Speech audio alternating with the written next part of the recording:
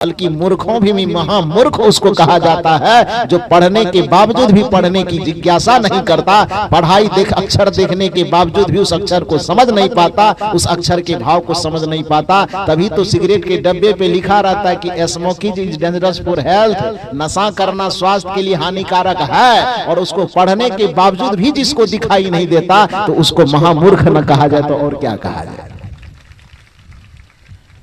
जो शराब के बोतल पर देखता है कि दारू पीना स्वास्थ्य के लिए हानिकारक है, जो सिगरेट के डिब्बे पर पढ़ता है कि धूम्रपान करना फेफड़े के लिए हानिकारक है, जो खैनी खाते हुए वह कैंसर के चित्र को देखता है और उसमें पढ़ता भी है कि खैनी खाएंगे तो कैंसर का रोग आपको धरेगा, उसके बावजूद भी उसको पढ़ करके भी नहीं पढ़ पाता है, तो ना पढ़ने वाला तो केवल निरक्षर है, लेकिन जो पढ़ करके भी उस चीज को नहीं पढ़ पा रहा है उसको इस धरती का महामूर्ख न कहा जाए तो और क्या कहा जाए।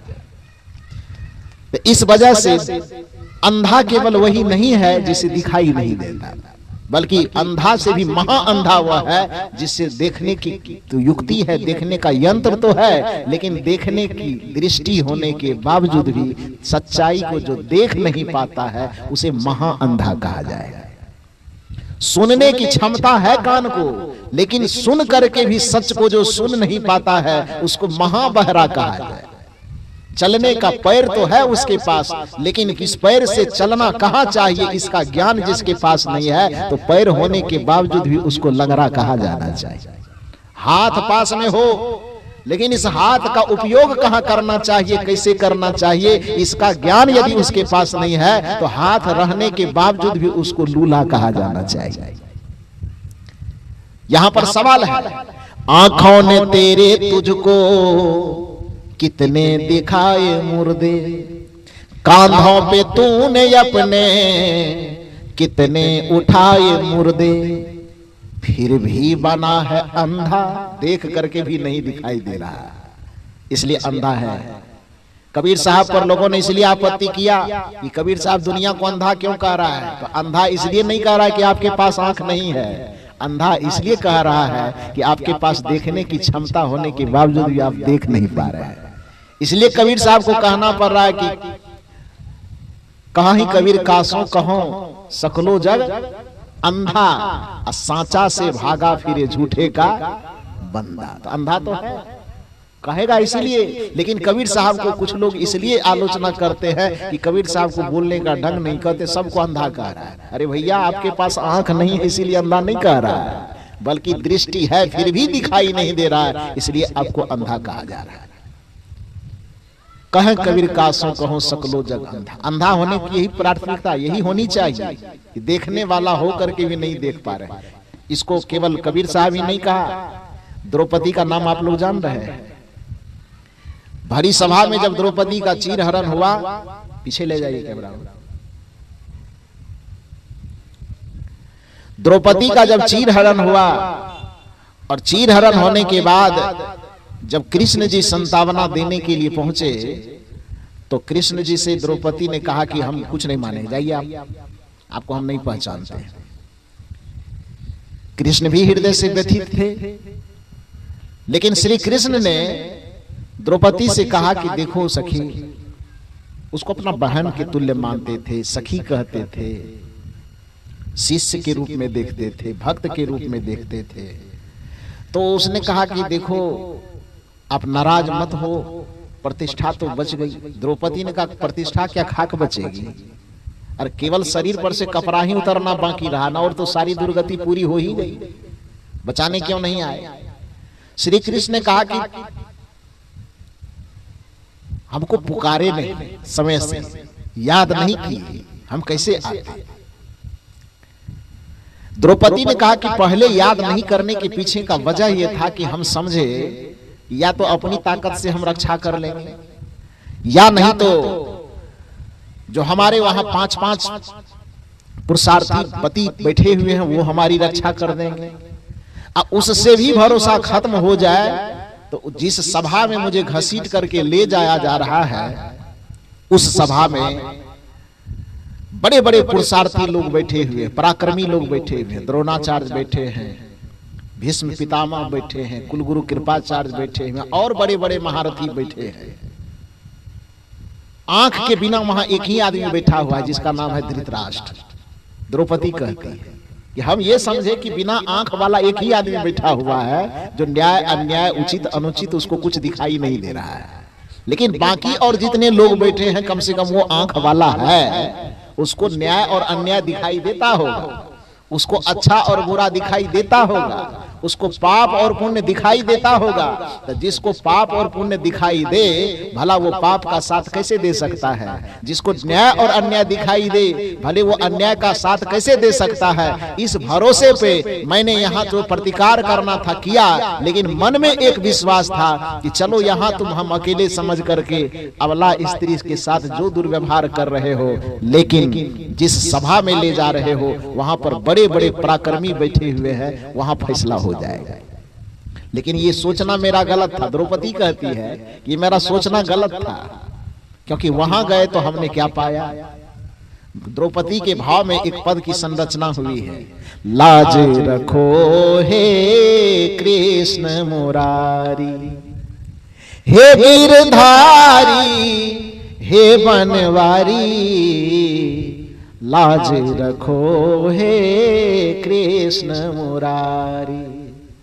इसी पद में द्रौपदी अपने मन की व्यथा कहती है।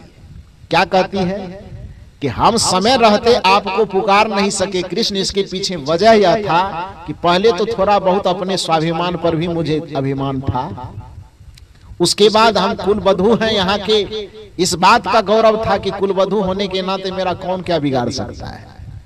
उससे भी मेरा गौरव अभिमान थोड़ा कम हुआ तो मुझे लगा कि वहां मेरे 5 पति बैठे वो रक्षा कर लेंगे, और वहां पर भी मेरा बुद्धि यह निर्णय दिया कि हो सकता वो भी रक्षा न कर सके। तो आखिर में हम ये सोचे कि हमारे पूरे समाज और पूरे परिवार के लोग वहां बैठे हुए, जो आंख वाला सब बैठा हुआ है, बिना आंख का एक आदमी बैठा हुआ, कौन? धृतराष्ट्र। लेकिन यहीं पर हम फेल कर गए। फेल किए, हम समझे थे, ध्यान से सुनिए।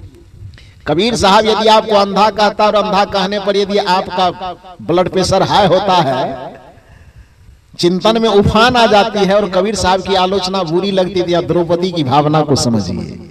द्रौपदी कहती है हम समझे थे एक है अंधा। उस सभा में एक अंधा है, हमारे समझ में यही आया था। हम समझे थे एक है अंधा, लेकिन यहाँ तो अंधी, यहाँ तो अंधी सभा है सारी, लाज रखो हे कृष्ण मुरारी, हे गिरधारी, हे बनवारी, लाज रखो हे कृष्ण मुरारी।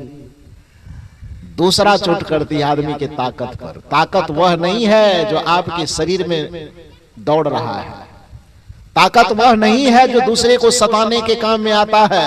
ताकत वह है कि किसी पीड़ित व्यक्ति के पीड़ा का आप हरण कर लेते हैं, तब आपकी ताकत मानी जाएगी, वरना आपका ताकत कुछ मूल्य नहीं है। ताकत का कोई मूल्य नहीं है। यदि आपका सामर्थ्य अपने सुख के साथ साथ दूसरे के सुख में सहयोग कर रहा है, तब आपके सामर्थ्य को धन्यवाद है। लेकिन यदि आपके सामर्थ्य किसी दूसरे की पीड़ा हरने में, किसी दूसरे के आंसू पोंछने में आपके सामर्थ्य नहीं लगते हैं, तो फिर आपके सामर्थ्य को धिक्कार है। आपका सामर्थ्य 2 कौड़ी का है, उसका कोई महत्व नहीं है। द्रौपदी कहती है कि पहला चुक तो हम यही कर गए कि हम समझे कि एक अंधा है बाकी सब आंख वाला है, तो आंख वाला के रहते अन्याय कैसे हो जाएगा। चुक यही हो गई। हम समझे थे एक है अंधा, लेकिन यहाँ तो अंधी सभा है सारी, लाज रखो हे कृष्ण मुरारी। दूसरा सवाल वो सामर्थ्य पर पैदा करती है। कहते हैं खुद को बलशाली, सब अपने आप को बता रहा है हम धुरंधर हैं। कोई तीर चलाने में, कोई गदा चलाने में, कोई तलवार चलाने में, कोई भाला चलाने में, सब कहता है कि हमसे बड़ा योद्धा, हमसे बड़ा वीर तो कोई है ही नहीं। द्रौपदी का व्यंग देखिए यहाँ पर। कहते हैं खुद को बलशाली, कहते हैं खुद को बलशाली, कहते हैं खुद को बलशाली, कहते हैं खुद को बलशाली, लेकिन उस बल से उपयोग क्या कर रहा है? खींच रहा अबला की सारी, लाज रखो हे कृष्ण मुरारी। व्यंग है ना ये। खुद को बलशाली कहते हैं कि हम ताकतवर हैं, हम धनुर्धर हैं, हम गदाधारी हैं, हम फलाने के कुल के हैं, हम फलाने के ये हैं। अपने बड़ाई करने में, डींग हाँकने में तो पीछे नहीं है, लेकिन वह काम क्या कर रहा है? कहते हैं खुद को बलशाली, लेकिन काम कितना घिनौना है। खींच रहा अबला की सारी, लाज रखो हे कृष्ण मुरारी। हे गिरधारी हे बनवारी, लाज रखो हे कृष्ण मुरारी। पूरा भजन नहीं सुनाएंगे क्योंकि आप लोग हमें कर्जा दिए नहीं हैं। प्रसंगवशात ये भजन गाना पड़ा। मूल रूप से यह समझिए कि द्रौपदी भी इस बात को स्वीकार करती है कि अंधा, हमारे नजर में तो अंधा एक ही था, वो था धृतराष्ट्र। लेकिन बाद में पता चला कि आंख बिना अंधा तो एक व्यक्ति है, लेकिन आंख रहते हुए अंधा कितने लोग हैं? पूरी सभा में जितने लोग बैठे हैं वो आंख रहते हुए अंधा है। जब सच को देखने के बावजूद भी देख नहीं पा रहे हैं, तो कबीर साहब ऐसे पूरे संसार को यदि अंधा कहता है तो क्या बुरा कहते हैं। कहे कबीर कासो कहो सकलो जग अंधा, सांचा से भागा फिरे झूठे का बंदा। भगवान बुद्ध के पास जो दृष्टि थी, जो देख पाया था, आप नहीं देख पा रहे हैं। तुलसीदास जी के पास जो दृष्टि थी, गोस्वामी तुलसीदास जी के पास, जो पत्नी के एक धिक्कार मारने पर गोस्वामी जी की जो आंख खुल गई, आप बताइए कि गोस्वामी जी से ज्यादा आप लोगों को धिक्कार मिलता है कि नहीं मिलता है? मिलता है? सच बोल रहे हैं कि नहीं? ऐसा नहीं है कि केवल आप ही लोग को ये धिक्कार देते हैं, ऐसा है कि आप लोग भी डबल देते हैं, तब आप लोगों को मिलता है। जरा सी गलती होती तो पकड़ के एकदम नोच लेते हैं। मसाला धनिया की तरह रगड़ते रहते हैं। अच्छा, रगड़ता है कि नहीं आप लोगों को? रगड़ता है ना। दोनों किसी से कम नहीं है। आलोचना होती, लेकिन आलोचना होने के बावजूद भी, एक दूसरे से रगड़े जाने के बावजूद भी सब बुद्ध और तुलसीदास नहीं हो जाते। होता है। इसलिए सवाल है, आंखों ने तेरे तुझको कितने दिखाए मुर्दे। बुद्ध ने सिर्फ एक देखा था, आप कितना देखे ये आप तय कीजिए। कांधों पे तूने अपने कितने उठाए मुर्दे। बुद्ध ने एक देखा था, आप कितना उठाए ये आप गिनती कीजिए। आंखों ने तेरे तुझको कितने दिखाए मुर्दे, कांधों पे तूने अपने कितने उठाए मुर्दे। फिर भी बना है अंधा, अनजान बेसमझ है। अंधा बना हुआ है, फिर भी बना है अंधा, अनजान बेसमझ है। 2 दिन की जिंदगी है, पल भर का ये सफर है। दुनिया में रहने वालों क्या तुझको ये खबर है, 2 दिन की जिंदगी है, पल भर का ये सफर है। तो जो देख करके भी ना देखे उसे अंधा कहा जाता है। बुद्ध की चेतना इसलिए जागृत हो पाई कि उसकी दृष्टि खुली हुई थी। पत्नी की फटकार भी तुलसीदास जी महाराज के लिए बोध का कारण, आत्मज्ञान का कारण इसलिए बन पाया क्योंकि तुलसीदास जी की चेतना पहले से संपन्न हो गई। हल्का सा जागृत तो होगा ही, लेकिन हल्के से ठेस की जरूरत थी और गोस्वामी जी को ठेस लगी और उसका काम बन गया। और जैसे ठेस लगी पत्नी से, पहली बार गोस्वामी जी के अंदर जब वैराग्य की जागृति हुई, उसी जगह से जो काम में आसक्त तुलसीदास जी थे वो राम में आसक्त हो गए। दिशा बदल गई। मैंने कहा आपसे कि जीवन की 2 दिशा है और दिशाएं हमेशा दशा को तय करती है। अभी तक तुलसीदास जी की दिशा किधर थी? काम की तरफ।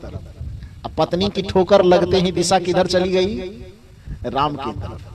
काम के तरफ यदि दिशा थी तुलसीदास जी की, धिक्कार सुनते थे। राम के तरफ दिशा मुड़ गई तुलसीदास जी की, अब क्या होता है? जय जयकार होता है ना। काम में जब तक लिप्त थे तो धिक्कार मिला, और राम में जब आसक्त हो गए तो अब क्या मिल रहा है? जय जयकार मिल रहा है। कितना दिन तक मिलेगा जय जयकार? कितना दिन तक मिलेगा? जब तक धरती रहेगी, इस धरती पर जब तक मानव का अस्तित्व रहेगा तब तक गोस्वामी तुलसीदास जी को धिक्कार मिलेगा कि जय जयकार। धिक्कार किस दिशा से जुड़ा हुआ था? काम की दिशा से। और जय जयकार किस दिशा से जुड़ा हुआ है? राम की दिशा से। जब आपकी दृष्टि संसार की तरफ मुड़ी रहती है तो अंततः आपको धिक्कार ही मिलता है, और जब तक नहीं मिलता है, पूरा जीवन पूरी जवानी लगा करके धन कमाइए, खूब खूब मेहनत कीजिए, खूब कीजिए, पैसा जमा कीजिए, अब पत्नी को बढ़िया साड़ी ला करके नहीं दीजिए, वो पत्नी क्या कहेगी? बहुत कंजूस आदमी है आप। कहेगा कि नहीं कहेगा? खूब मेहनत कीजिए, खूब पैसा कमाइए, जीवन में कितना भी धन अर्जित कर दीजिए। बेटा जवान हुआ, आप वृद्ध हुए, बेटे हो अथवा बेटी हो, जब वो युवावस्था को पहुंचती है और धीरे धीरे वो पैकेट खर्चा मांगना शुरू करता है, और आप पैकेट खर्चा थोड़ा देना बंद कर दीजिए। वो बच्चे क्या कहते हैं? बच्चे क्या कहते हैं? हालांकि आप उसकी भलाई के लिए कि पैसा ज्यादा देंगे तो इधर उधर खर्च करेगा, कुछ गलत खाएगा, कुछ गलत पहनेगा, कुछ गलत काम करेगा, इसके लिए आप नियंत्रण करने के लिए उसकी भविष्य की चिंता में आप उसे पैसे कम देते हैं अथवा नहीं के बराबर देते हैं। लेकिन यदि आपके पास लाखों करोड़ों संपत्ति जमा है, आपने जमा किया है मेहनत से, परिश्रम से, और अपने बच्चों को उसके भविष्य को देख करके ही सही, लेकिन यदि आप उसे पैकेट खर्च देना बंद करते हैं तो वह बच्चा जवान होकर के आपको क्या कहता है कि आप मेरे लिए कौन चीज किए हैं? खाली जन्म दिए हैं, इसके अलावा क्या किया है आपने? कहता है कि नहीं कहता है? कहता है कि नहीं कहता है? कहता है। तो ये जो कहना है उस बच्चे का, यदि पत्नी कहती है कि आप हमको फलाना ये कान वाला झुमका ला के नहीं देता, आपसे ज्यादा बड़ा कंजूस कोई नहीं है। पड़ोसन को देखा कि गले में बढ़िया हार पहनी हुई है, आपसे डिमांड किया कि ये चाहिए मुझे, आप कहते नहीं अभी दूसरा काम है, ये पैकेट खर्च थोड़ा कम है। पत्नी क्या कहेगी? आपको आरती उतारेगी? वो नहीं उतारेगी, कहेगा मेरा 100 पूरा नहीं करते हैं। आप ये मत पूछिए कि आपको ये कहां से पता चला। ठीक है, हम लोगों की दुनिया अलग है, लेकिन दुनिया अलग होने के बावजूद भी आप ही लोगों के बीच में रह करके, आप ही लोगों के बीच से आपकी भाषा सुन करके आपको सुना तो सकते हैं ना। सुनाते आप ही हैं, और आप ही से सुन करके मैं आपको सुना रहा। वो ताना मारेंगे आपको, तो ये ताना मारना भी तो एक प्रकार का धिक्कार है ना। केवल गोस्वामी जी को धिक्कार मिले ऐसी बात नहीं है। काम का जो मार्ग है, विषय का जो मार्ग है, वो अंततः किसी न किसी रूप में वो धिक्कार से जुड़ा हुआ है। और राम का जो मार्ग है, संतत्व का जो मार्ग है, परमात्मा का जो मार्ग है, भक्ति का जो मार्ग है, वो भले रास्ता चलने में कितना संघर्ष करना पड़े, कितना कष्ट उठाना पड़े, लेकिन अंतिम परिणाम जो उस राम के मार्ग का है, वह राम के मार्ग का अंतिम परिणाम क्या है? जय जयकार है। जय जयकार का मतलब सफल होना, जय जयकार का मतलब शांत होना, जय जयकार का मतलब आत्मानंद ब्रह्मानंद में लीन हो जाना, ये जय जयकार का अभिप्राय है। तो मैं कह रहा था कि गोस्वामी तुलसीदास जी 12 ग्रंथों की रचना की, तो स्वाभाविक है कि जिस समय पहली बार पत्नी का धिक्कार मिला तो मन में वैराग्य की ज्वाला भड़क रही थी, वैराग्य की अग्नि एकदम दहक रही थी, और लगा कि संसार झूठा है, बेकार है, संबंध झूठा है, रिश्ते झूठे हैं, नाते झूठे हैं। और अपने मन के वेग को, उस वैराग्य की भावना को सहज करने के लिए, थोड़ा धीमा करने के लिए, क्योंकि कवित्व की शक्ति रही होगी उसके अंदर, इसलिए गोस्वामी जी ने अपने मन में उस जलते हुए आग को लाठी उठा करके किसी का कपार नहीं फोड़ा हो, उस अपने आवेग को वो गलत दिशा में नहीं मोड़ा, बल्कि उस अपने भीतर के आवेग को, आवेश को शांत और सहज करने के लिए लाठी भाला फरसा तलवार न पकड़ के हाथ में क्या पकड़ लिया? कलम पकड़ लिया। और कलम पकड़ करके साहित्य में अपनी एनर्जी को झोंक दिया। तो सबसे पहली रचना जो गोस्वामी तुलसीदास जी ने की, उस रचना का नाम आप लोगों को मालूम है? बैराग संदीपनी। रामचरितमानस चौथी रचना है उसकी, चौथी या पांचवी। सबसे पहला कौन सा पुस्तक लिखा उन्होंने? बैराग संदीपनी।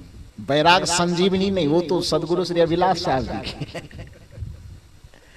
बैराग संजीवनी ये सदगुरु श्री अभिलाष साहब जी की प्रथम पुस्तक है। जब बैराग का उमंग जगा था गुरुदेव जी के अंदर, तो कलम और कॉपी जब हाथ में लिए थे, तो उनके कॉपी और कलम से जो सबसे पहली पुस्तक, सबसे पहला विचार दुनिया को मिला, उस विचार के संग्रह का नाम क्या है? वैराग्य संजीवनी। लेकिन सेम टू सेम हालत गोस्वामी तुलसीदास जी का भी था। और उनके अंदर जब वैराग की आग धधकी और उस वैराग के आग को दुनिया के सामने प्रस्तुत करना चाहा, तो सबसे पहला पुस्तक उन्होंने कौन सा लिखा? वैराग्य संदीपनी। क्या लिखा?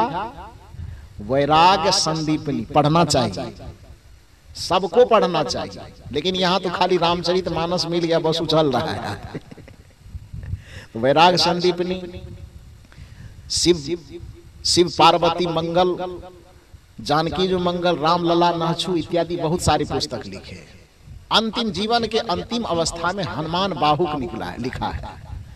जिस व्यक्ति को कबीर साहब के निर्गुणवाद से थोड़ा नफरत होता है, उस व्यक्ति को यदि मिल जाए, खोज सके आप, तो उसको गोस्वामी तुलसीदास जी का एक बार हनुमान बाहुक पढ़ना चाहिए। जीवन के अंतिम अवस्था में जाते जाते गोस्वामी तुलसीदास जी प्योर कबीरपंथी हो गए थे। क्या हो गए थे? जब तक उसके पास जवानी थी, जब तक दुनियादारी का थोड़ा बहुत राग रंग इधर उधर मन कर रहा था, तब तक वो सगुनवादी थे।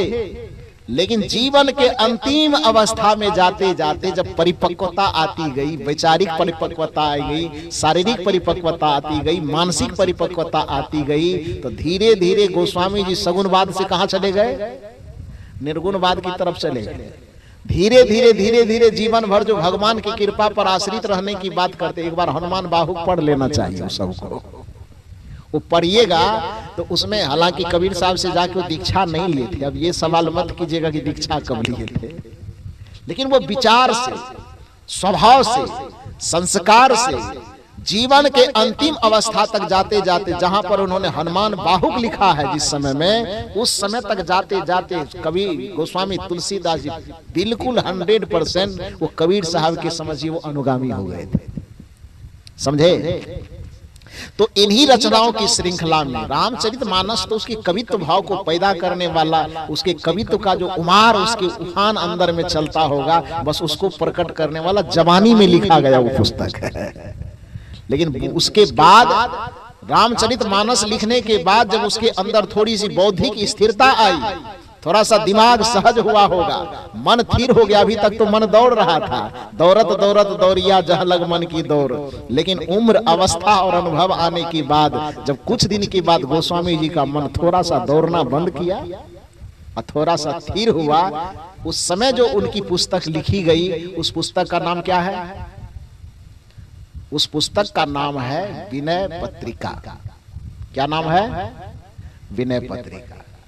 उस विनय पत्रिका का एक पद मैं कहता हूं आपको, क्योंकि ये प्रसंग जो मैं फोड़ा था, कहां से फोड़ा था कि बक्सा के अंदर यदि कपड़ा है तो बक्सा के ऊपर में साबुन रगड़ने से अंदर वाले कपड़ा की धुलाई नहीं हो सकती। इसी जगह से कहानी को मोड़ दिए थे ना, अब फिर मुड़ करके उसी जगह आ जाएंगे। गोस्वामी तुलसीदास जी कहते हैं कि जैसे कबीर साहब कह रहे हैं कि मन यदि अंदर में है तो तन को धोने से कुछ नहीं होगा, कपड़ा यदि बक्से के अंदर है तो बक्से पर साबुन रगड़ने से कपड़ा पर कोई असर पड़ने वाला नहीं है। इसी दृष्टिकोण को ध्यान में रखते हुए गोस्वामी जी भी कबीर साहब के सुर में सुर मिलाते हैं और दुनिया के लोगों को तन धो करके ही पाप धोना जो मानता है, ऐसे लोगों पर तरस खा करके गोस्वामी तुलसीदास जी विनय पत्रिका में एक पद कहते, माधव मोह फांस किमि टूटे। हे भगवान, जब कोई आदमी किसी को समझाते समझाते परेशान हो जाता है तो भगवान को याद करता है ना। यदि माता पिता बच्चे को समझाते समझाते थक जाते हैं, उस थकावट की स्थिति में माता पिता माथा पीटते, हे भगवान कैसे समझावे इसको। कहता है कि नहीं कहता है? किसी को कोई बात समझाना होता है और लाख प्रयास करने के बावजूद भी बात उसके समझ में नहीं आती तो माथा ठुकते हैं ना। शब्द कौन निकलता है? हे भगवान, वो निकलता है। तो वही भगवान का ही सूचक है। हे राम कहे कि हे भगवान कहे, वो बात बराबर है। मतलब ये अफसोसजनक भाव ये शब्द तब निकलता है जब लाख समझाने के बाद भी सामने वाला नहीं समझ रहा है, तो आदमी का हाथ उठता माथा पे, हे भगवान, या कोई कहता हे राम, या जो कह रहे हो आप, हे प्रभु, हे ईश्वर, कुछ भी कहते हैं। गोस्वामी तुलसीदास जी भी दुनिया की इस करतूत को देख करके कि लाखों लोग पाप कटाने के लिए बाहर गंगा में डुबकी लगा रहा है, तो उस स्थिति को देख करके कबीर साहब तो परेशान है ही। लेकिन यदि आपको लगता है कि निर्गुणवादी होने के कारण कबीर साहब परेशान हैं, तो थोड़ा सगुणवादी को भी देखिए। गोस्वामी जी भी समझाते समझाते जब थक गए होंगे तब माथा पे हाथ रखे कहते, माधव मोह फांस किमि टूटे। हे भगवान, इन लोगों के मोह का जंजाल कैसे टूटेगा? अज्ञानता का जंजाल, भ्रम का जंजाल, अंधविश्वास का जंजाल कैसे टूटेगा? क्यों नहीं टूटेगा? उसका कारण इसी पद में आगे में कहते हैं। क्या कहते हैं? घृत पूरन कराह अंतर्गत शशि प्रतिबिंब दिखावे, ईंधन अनल लगाए कल्प सत औटत नाश न पावे। एक कारण ये बता रहा है। दूसरा कारण ये बता रहा है कि तरु कोटर मह बस विहंग तरु काटे मरे न जैसे, साधन करिए विचारहीन मन शुद्ध होय नहीं तैसे। तुलसीदास हरि गुरु करुणा बिन विमल विवेक न होई, बिन विवेक संसार घोर निधि पार न पावे कोई। ये पद है, कबीर साहब का पद नहीं है, ये गोस्वामी तुलसीदास जी का पद है। और गोस्वामी तुलसीदास जी ने इस पद को कहां पिरोया है? विनय पत्रिका का। अब इसके अर्थ को समझिए। लाख समझाने पर यदि सच को लोग सुनना नहीं चाहते, तब गोस्वामी जी माथा पे हाथ रखते, माधव मोह फांस किमि टूटे। हे भगवान, हे प्रभु, हे राम, हे ईश्वर, ये दुनिया के मोह की अज्ञानता का जो फांस है वह कैसे टूटेगा? क्यों नहीं टूटेगा? बंधन क्यों नहीं टूटेगा? पाप का बंधन क्यों नहीं टूटेगा? विकार का बंधन क्यों नहीं टूटेगा? तो उसका वजह बताते हैं गोस्वामी जी। वजह क्या बताते हैं? घृत पूरन कराह अंतर्गत शशि प्रतिबिंब दिखावे। घृत मन समझते हैं आप लोग कि नहीं? घृत का मतलब घी। देखे हैं कभी कि नहीं देखे? कैसा होता है? लाल लाल, तब काला, तब घी कैसा होता है? हाँ घी देखे हैं। गोस्वामी जी कहते घृत पूरन, पूरन माने पूरा, भरा हुआ। घृत पूरन कराह अंतर्गत। कराह समझते हैं? कराह किसको कहा जाता है? आप अपने घर में जो सब्जी बनाते हैं उसको बोला जाता है कड़ाही। जिसमें इलाहाबाद पारक संस्थान में जाके देखिएगा, जिसमें बहुत लोगों का सब्जी भोजन बनता है, मतलब कड़ाही छोटा हो गया, कड़ाह क्या हो गया? बड़ा हो गया। तब तो समझदार है आप लोग। एक बार आपके लिए जोरदार ताली हो जाए। धन्यवाद है, समझदार होना ही चाहिए। ये छत्तीसगढ़ की धरा संत गुरुजनों से सींची हुई धरा है। यहाँ के जितने भक्त हैं वो हम क्या समझाएंगे, हम ही को समझा देंगे सब लोग। फिर भी इन गुरुजनों की कृपा है, इन गुरुजनों का आशीर्वाद है कि इतने संतों की उर्वर भूमि होने के बावजूद भी, ज्ञान भक्ति और वैराग्य की उर्वर भूमि होने के बावजूद भी हम जैसे बच्चे को भी बाहर से ला करके अपने गोद में खेलने का अवसर दे रहा है। इसके लिए आप लोगों को बहुत बहुत साधुवाद है।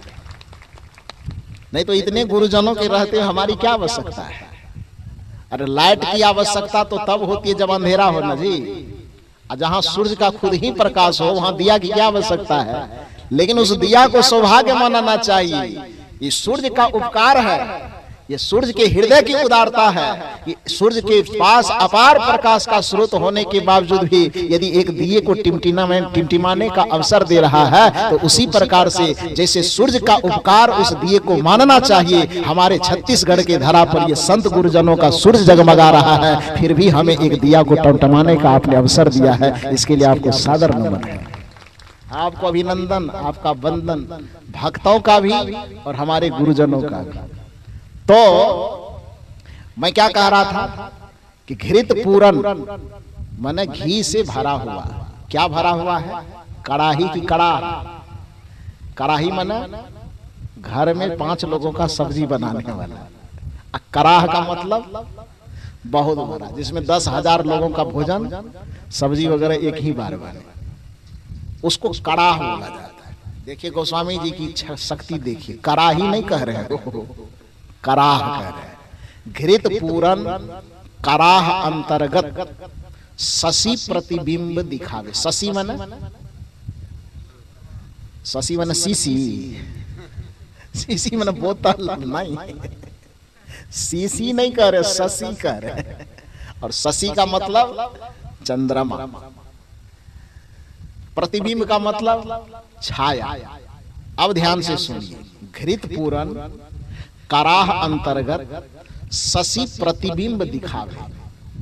ये एक घी से भरा हुआ कड़ाह, कड़ाही नहीं कड़ाह, जिसमें मान लो कि 10 कुंटल घी भरा हुआ है। कड़ाह है तो 10 कुंटल भर सकता है। तो घृत पूरन कराह अंतर्गत, एक कड़ाह के अंतर्गत लगभग 10 कुंटल घी भरा हुआ है। उसमें पिघला हुआ है, उस पिघले हुए घी में शशि प्रतिबिंब दिखावे। आसमान में चंद्रमा उगा हुआ है और चंद्रमा की जो छाया है वह कहां दिखाई दे रहा है? वो कड़ा वाला घी में दिखाई दे रहा है।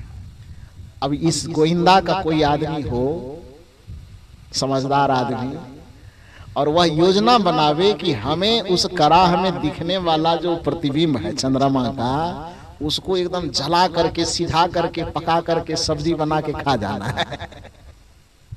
अब पूरे गोविंदा के जितना ये सब लोग बैठे हुए हैं मिल करके चाहे ईंधन अनल, ईंधन माने लकड़ी जलावन, अनल माने आग, ईंधन अनल लगाए। कितना दिन? कल्प सत, एक दिन नहीं, एक साल नहीं, एक जन्म नहीं, कल्प। कल्प कितना दिन? गिनती नहीं, कैलकुलेटर खराब हो जाएगा गिनती करते करते। 4 अरब 32 करोड़ वर्ष का एक कल्प होता है। यहाँ पर करे कल्प सत, 100 कल्प तक औंठते रहिए, सिझाते। औंठना माने सिद्ध कर, सिझाना। अब देखिए गोस्वामी जी वो कवि तो थे ही, कवि कुल कमल दिवाकर कहा जाता है। कितना अद्भुत चीज उन्होंने कहा। कबीर साहब इतना दावा नहीं ठोका है कहीं, लेकिन गोस्वामी जी इतना दावा ठोक के करा, फिर भी आप निर्गुण और सगुण का भेद करते हैं। कैसे समझिएगा पता नहीं। गोस्वामी जी कहते हैं कि घृत पूरन कराह अंतर्गत शशि प्रतिबिंब दिखावे, ईंधन अनल लगाए। कितना दिन तक? कल्प सत, सत माने 100 होता है। 100 कल्प तक कोई व्यक्ति लकड़ी में, जलावन में आग लगा करके एकदम धोखते रहे उसमें, और सोचे कि उस चंद्रमा की छाया को जला करके हम सिझा करके फ्राई करके खा जाएंगे, वो हो जाएगा। गोस्वामी जी कहते औटत नाश न पावे। औटने के बावजूद भी उस चंद्रमा के प्रतिबिंब को वह नष्ट कर सकेगा कि नहीं कर सकेगा? नहीं कर सकेगा।